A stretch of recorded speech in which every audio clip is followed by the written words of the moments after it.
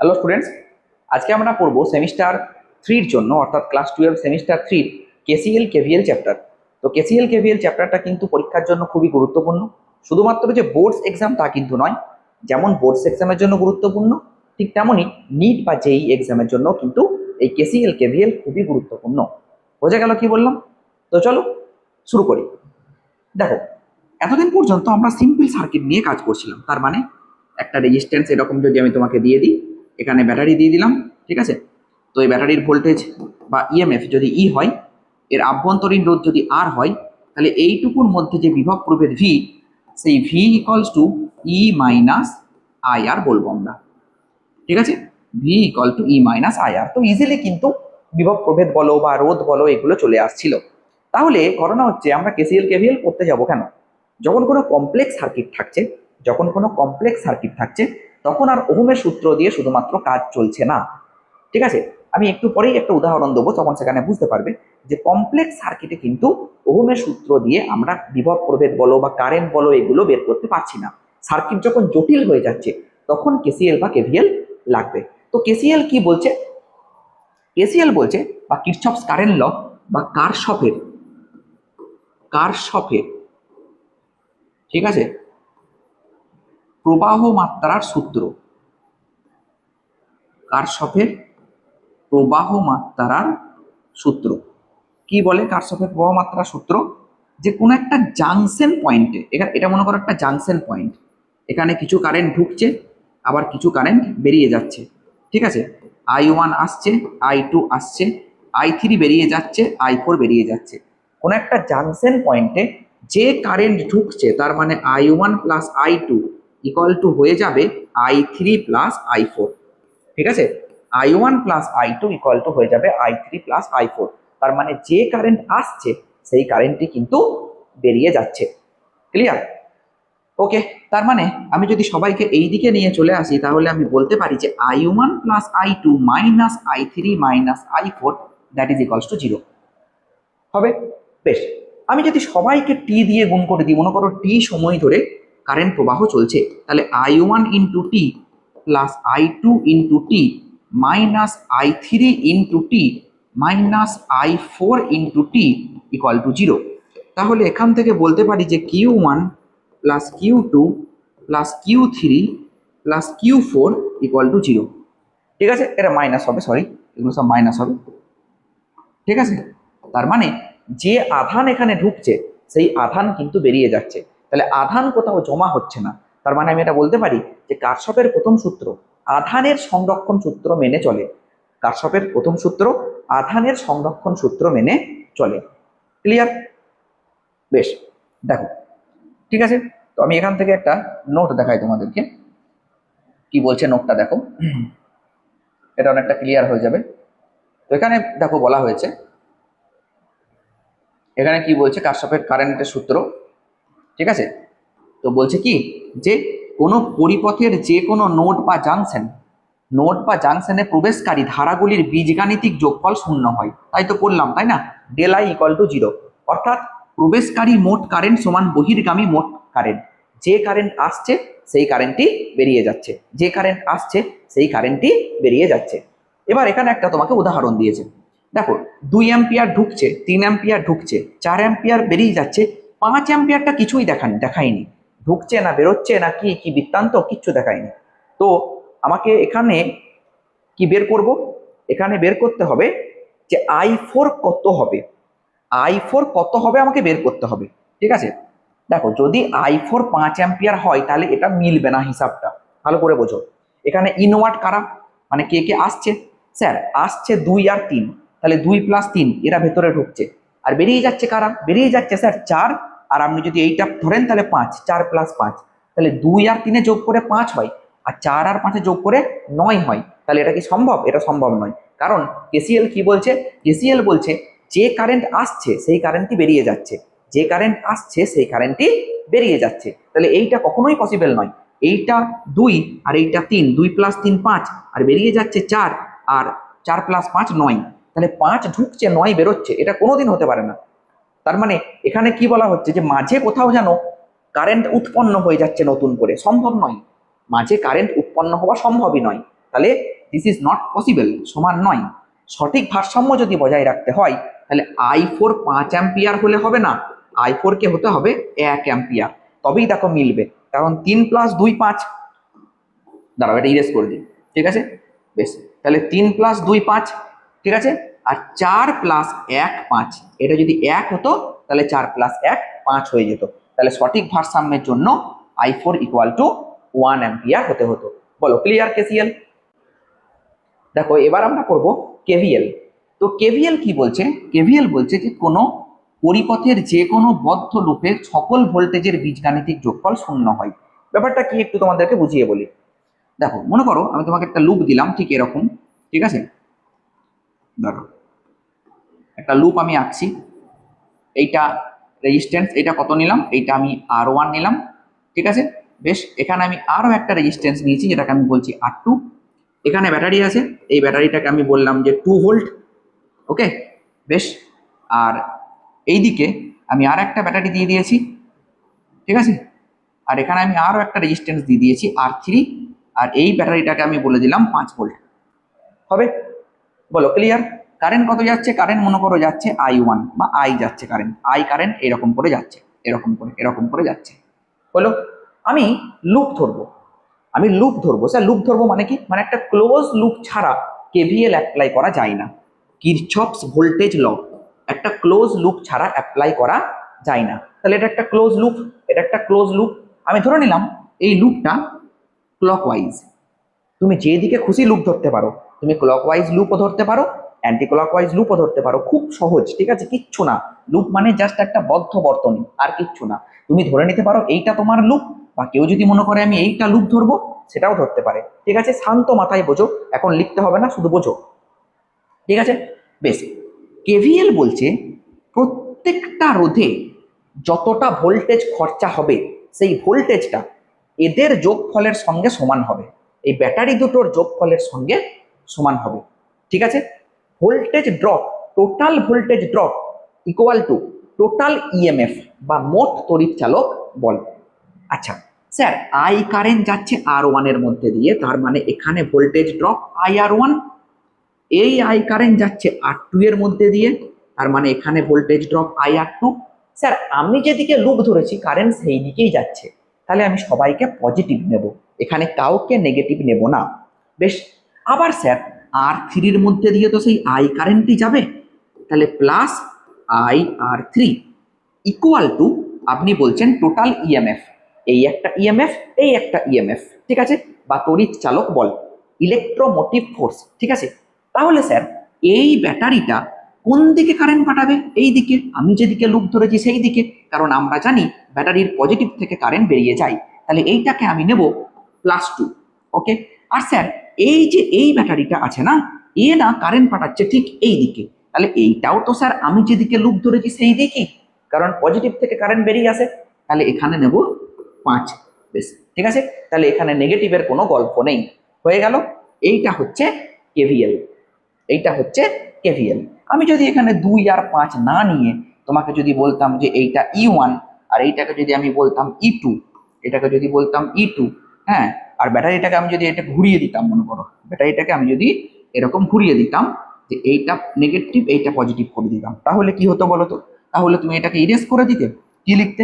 Sir E1 ব্যাটারিটা আমার দিকে কারেন্ট পাঠাচ্ছে, তাহলে E1, কিন্তু এইটা স্যার উল্টো দিকে কারেন্ট পাঠাবে, তাহলে এইটা হতো স্যার -E2, ওকে। আশা করি ক্লিয়ার।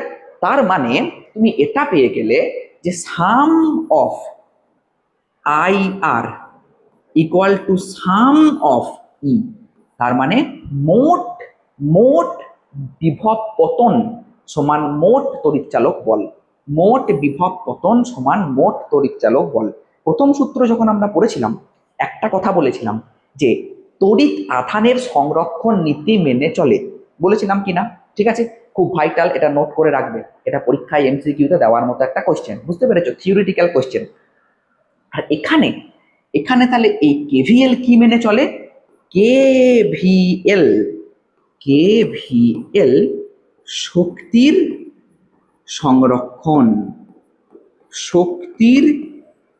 সংরক্ষণ নীতি মেনে চলে। ওইটা আধানের সংরক্ষণ, আর এইটা শক্তির সংরক্ষণ নীতি মেনে চলে। বলো বন্ধু ক্লিয়ার কিনা? ওকে, যদি ক্লিয়ার হয়ে থাকে তাহলে আমি এবার এগিয়ে যাই। ওকে, এবার আমি তোমাদের বই থেকে একটু একটা অঙ্ক দেখাবো, তোমাদের পুরো ব্যাপারটা ক্লিয়ার হয়ে যাবে যে কিরকম কোশ্চেন আসতে পারে বা হ্যাঁ কিরকম ভাবে কি প্র্যাকটিস করব সেটা একটু দেখাই।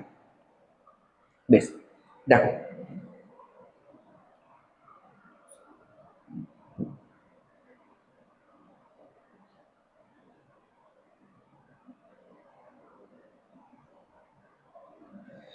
एक मिनट। ওকে ওকে ওকে ওকে, মনে হচ্ছে এটাই হবে, দেখি।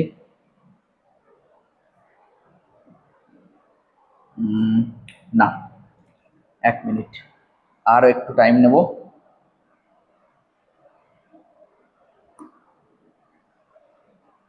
তোমাদের বই থেকে যে অঙ্কগুলো আছে তার একটা অঙ্ক আমি দেখাবো, তোমাদের পুরো ব্যাপারটা ক্লিয়ার হয়ে যাবে, বুঝলে বন্ধু? তার জন্য একটু ওয়েট করতে হবে ভাই। এক তো দেখি, মেবি দিস।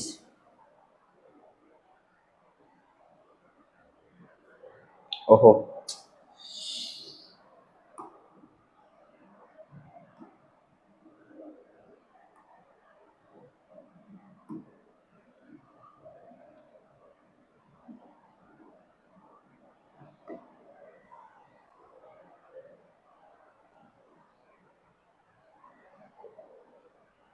চলো এই যে কেসিএল, তোমরা এখান থেকে বিবৃতিটা পড়বে, তোমাদের সবার কাছে আশা করি ছায়া প্রকাশনের বই আছে, যে কোনো বই থেকেই পড়তে পারো, আমি ছায়ার বই থেকে নিয়েছি বলে এটা বলে দিলাম। ওকে, দেখো বিবৃতি কি না, বর্তনের যে কোনো বিন্দুতে মিলিত পরিবাহীগুলির মধ্যে তড়িৎ প্রবাহ সমূহের বীজগাণিতিক যোগফল শূন্য হয়।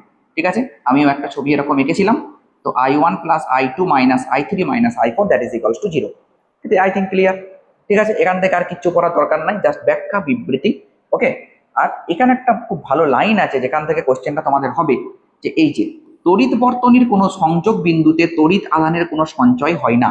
এই লাইনটা খুব ভালো করে মনে রেখে দেবে, তার মানে কোথাও আধান জমা হয় না। ঠিক আছে, আর 2 নাম্বার, মোট তড়িৎ আধানের কোনো সৃষ্টি বা বিনাশ হয় না, অর্থাৎ তড়িৎ আধানের পরিমাণ সংরক্ষিত থাকে। সুতরাং কারশফের প্রথম সূত্রটি তড়িৎ আধানের সংরক্ষণ সূত্রের সঙ্গে সঙ্গতিপূর্ণ। তার মানে আমি আগেই বলে দিয়েছিলাম যে কারশফের প্রথম সূত্র বা কারশফের তড়িৎ প্রবাহ মাত্রার সূত্র, ঠিক আছে, আধানের সংরক্ষণ নীতি মেনে চলে, আধানের সংরক্ষণ নীতি মেনে চলে। ওকে, ডান। ওকে, নেক্সট পেজ কি না, কেভিএল। তড়িৎ বর্তনীর যে কোনো বদ্ধ লুপের ক্ষেত্রে প্রতিটি রোধ ও সংশ্লিষ্ট প্রবাহের গুণফলগুলির বীজগাণিতিক সমষ্টি ওই লুপের তড়িৎচালক বলগুলির বীজগাণিতিক সমষ্টির সমান। এটাও আমাদের হয়েছে, এটাও বলে দিয়েছি।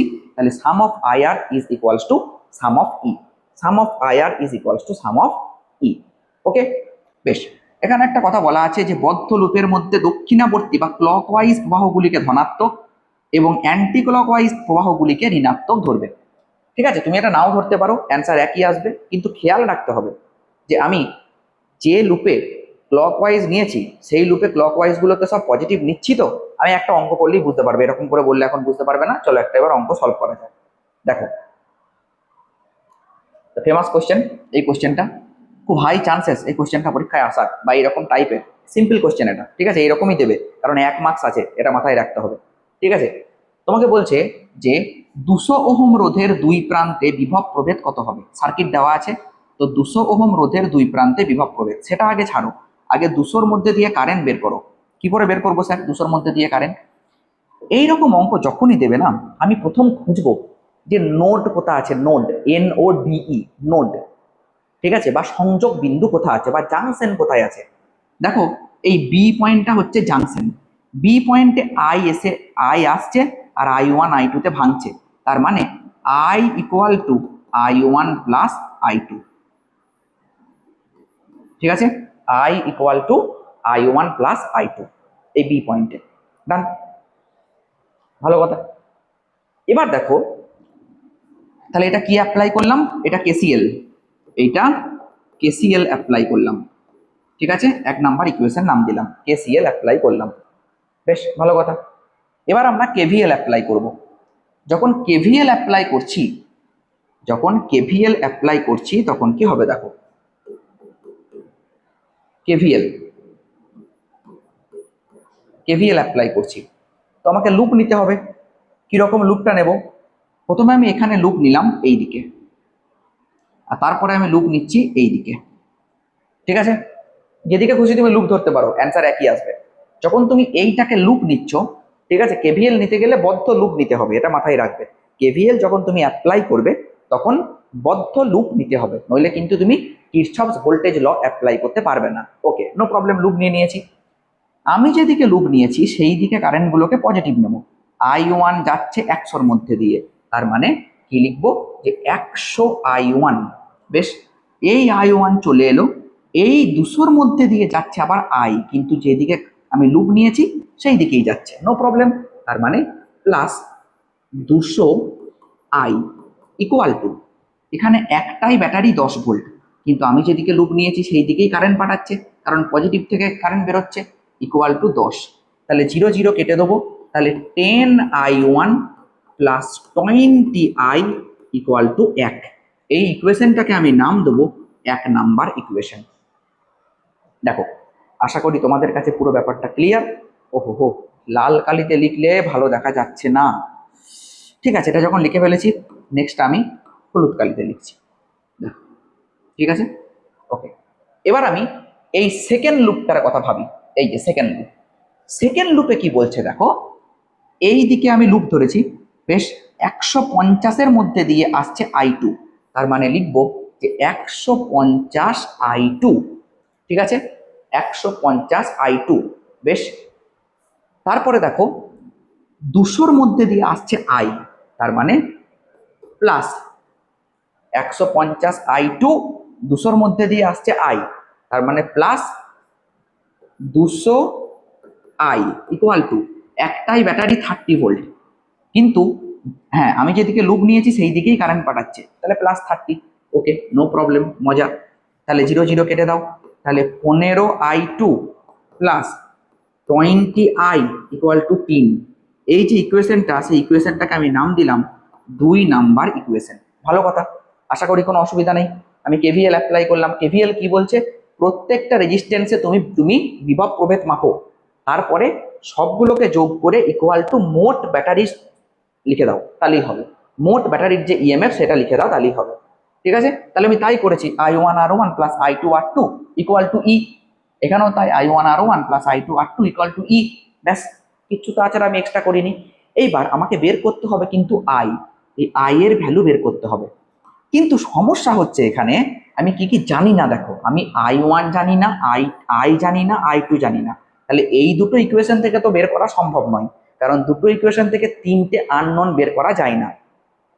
ঠিক আছে, কি বললাম, দুটো ইকুয়েশন থেকে 3টে আননোন কোয়ান্টিটি বের করা অসম্ভব ব্যাপার। সেই জন্য এইটাকে কাজে লাগাতে হবে। কি করব, এই 1 নাম্বার সমীকরণে আমি I1 এর জায়গায় কি পুট করব, দেখো I1 এর জায়গায় I মাইনাস I2 পুট করে দেবো। বেশ, চলো পুট করে দিই 1 নাম্বার ইকুয়েশনে এখানে। তাহলে 10I minus I2 plus 20I equal to 1। তাহলে 10I minus 10I2 plus 20I equal to 1। বেশ, দাঁড়াও 1 মিনিট 1। ঠিক আছে, তাহলে ফাইনালি কি পেলাম, 10I plus 20I, 30I minus 10I2 equal to 1। 30I plus 10I2 equal to 1। বেশ, এটাকে আমি নাম দিলাম 3 নাম্বার ইকুয়েশন। দেখো, 3 নাম্বার ইকুয়েশন আমি নাম দিলাম। তাহলে এবার তুমি 2 নাম্বার ইকুয়েশন দেখো আর 3 নাম্বার ইকুয়েশন দেখো। স্যার, এখানে আমি I2 পেয়েছি, এখানেও আমি I2 পেয়েছি, এখানে আমি I পেয়েছি, এখানে আমি I পেয়েছি। তাহলে আমি এবার অপনয়ন পদ্ধতি কাজে লাগাবো। অপনয়ন পদ্ধতি যখন কাজে লাগাবো তখন কি করছি দেখো, একে আমি গুণ করছি 2 দিয়ে, আর একে আমি গুণ করছি 3 দিয়ে। কারণ 2 দিয়ে গুণ করলে 15 2 30, আর 3 দিয়ে যদি গুণ করি 3 10 30, তাহলে I2 কেটে পালিয়ে যাবে, দিয়ে যোগ করে দাও। তাহলে যখনই তুমি এইটাকে আর এইটাকে যোগ করে দেবে কি হবে দেখো, যোগ করে দিলে এই দেখো 30i2, এই দেখো 30i2 কেটে পালিয়ে গেল, তাহলে থাকছে কত 2 20 40i, এইদিকে 3 30 90i ইকুয়াল টু 2 3 6 প্লাস 3 1 3 9, তাহলে 6 প্লাস 3 9, তাহলে 130i ইকুয়াল টু 9, তাহলে i সমান কত, i সমান 9/130, 9/130 অ্যাম্পিয়ার। ব্যাস হয়ে গেল। তাহলে এইটা হচ্ছে আই। আই মানে কি, এই 200-র মধ্যে দিয়ে কারেন্ট। কিন্তু কোশ্চেনে বলেছে যে তার এই 200-র মধ্যে, মানে 200 যে এই তারটা আছে এর দুই প্রান্তে বিভব প্রভেদ কত হবে। কারেন্ট পেয়ে গেছি মানে বিভব প্রভেদ বের করা কোনো ব্যাপারই নয়। কেন? কারণ ওহম বলে গিয়েছে যে V equal to I R. I তো ভাই 9/130 আর আর তো 200, তাহলে এত ভোল্ট। ব্যাস হয়ে গেল। তাহলে তুমি 0 0 কেটে দাও, তাহলে 180/13 ভোল্ট। ব্যাস হয়ে গেল। দেখো, আশা করি ক্লিয়ার। আশা করি তোমাদের কাছে পুরো ব্যাপারটা ক্লিয়ার হয়ে গেছে। ঠিক আছে, তো এইভাবে কিন্তু সলভ করতে হবে কেভিএল এর অঙ্কগুলো। একটা দেখিয়ে দিলাম, এরপরে আমি আরো অনেক কোশ্চেন করাবো। সো ডোন্ট ওয়ারি, এইটুকু ভালো করে পড়ো। দেখা হচ্ছে নেক্সট ভিডিওতে। ওকে।